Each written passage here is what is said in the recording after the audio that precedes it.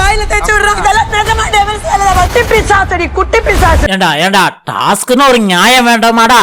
அந்த சேச்சியை இப்படியாடா அழுக வச்சு நான் வீட்டுக்கு போவேன்னாடா இந்த டார்ச்சரா பண்ணிருப்பீங்க. இந்த டெவில் பாய்ஸ் எல்லாம் இருக்காங்களே அவங்க பண்ண வேலை. அதுவும் முக்கியமா நம்ம மஞ்சரியக்கா இருக்காங்களா, பவித்ராவை முட்டையாலே குளிப்பாட்டிட்டாங்க. முட்டைய வாய்க்குள்ள ஊத்திட்டு நான் சொன்னதுக்கு அப்புறம் தான் முழுங்கணும், இல்லன்னா துப்பவும் கூடாது அப்படின்ட்டு வாயில வைக்கிறது, மூஞ்சி பூரா முட்டையை தடவுறது.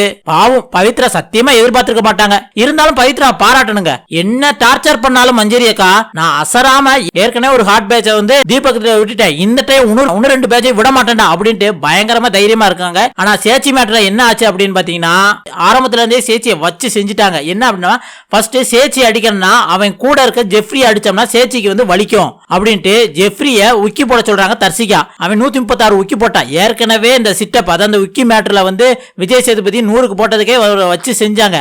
அதனால ஜெஃப்ரியை இப்படி டார்ச்சர் பண்ணோம்னா கண்டிப்பா அன்சிதா கோவப்படுவாங்க, இல்லைன்னா அழுவாங்க அப்படின்னு தர்சிகா பிளான் போட்டாங்க. அதுபடிதான் நடந்தது. ஆனா வேற ஒண்ணும் நடந்தது. இதை பார்த்து அவங்க டெவில் இருக்கிற ஜாக்லினும் சௌந்தர்யாவும் கோவப்பட்டாங்கல்ல.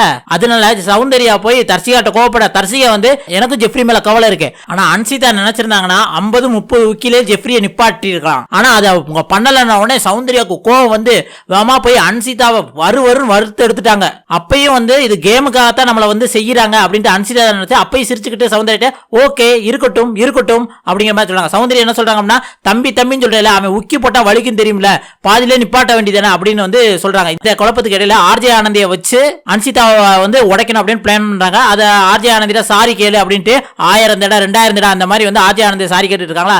இதை பார்த்து உங்களுக்கு பேட்ச் தான்டா வேணும் இந்தாங்கடா அப்படின்ட்டு தூக்கி கழட்டி போட்டு நான் வீட்டுக்கு போறேன், இவங்க டார்ச்சர் தாங்க முடியல, பிக் பாஸ் கதவு தரங்க போட்டு அழுகுறாங்க. இன்னொரு பக்கம் மறுபடியும் ஆர்ஜே ஆனந்துக்கு நம்ம குட்டி சாத்தான், சாச்சனாக்கு பேர் வச்சிருக்காங்க, குட்டி சாத்தான் முட்டையை எடுத்து கீழே கடந்தெல்லாம் எடுத்து ஆர்ஜே ஆனந்தி வாயில ஊத்துறாங்க. அதையும் அன்சிதா பொறுத்துக்காம இந்த குட்டி சாத்தா இருக்கால இவெல்லாம் சரியான விஷம் அப்படின்னு சொல்லிட்டு பிக் பாஸ் அந்த டோர் ஓபன் இருக்குல்ல அதுக்கு பக்கத்துல போய் அழுகுறாங்க. ஆனா பிக் பாஸ் இது என்ன கொஞ்சம் இன்ட்ரெஸ்டா தான் இருக்கு, ஆனா கொஞ்சம் வன்மமும் கலந்து டாஸ்க பண்றாங்களோ அப்படின்னு தான் நமக்கு தோணுது. இந்த டெவில்ஸ்ல வந்து கொஞ்சம் அந்த அருண், ஜாக்லின், சௌந்தர்யா இவங்க 3 பேர் வந்து ஹெவியா வந்து டாஸ்க் எதுவும் கொடுக்கல. முத்துக்குமரனும் அவ்வளவு பெரிய டாஸ்க் கொடுக்கல. ஆனா மஞ்சரி, சாச்சனா, தர்சிகா இவங்க 3 பேரும் செய்யற டாஸ்க்ல ஏஞ்சல்ஸ் வந்து கண்டிப்பா உடைஞ்சிருவாங்க அப்படின்னு நினைக்கிற மாதிரி தான் டாஸ்க் கொடுத்தாங்க. ஆனா தீபக் பரவாயில்ல, தீபக் வந்து ரொம்ப வந்து பிசிக்கல் எதுவும் அட்டாக் பண்ணாம வாயாலே சொல்லி வார்த்தை விளையாட்டு விளையாண்டு வந்து 3 பேட்சை பிடிங்கிட்டாரு. இதுல உங்களுக்கு என்ன தோணுது, இதுல யார் கேம் வந்து ரொம்ப வந்து ரகடா ரொம்ப மோசமா வந்து டாஸ்க பயன்படுத்தி விளையாடுறாங்க அப்படின்னு தோணுச்சுன்னா மறக்காம கமெண்ட்ல சொல்லுங்க.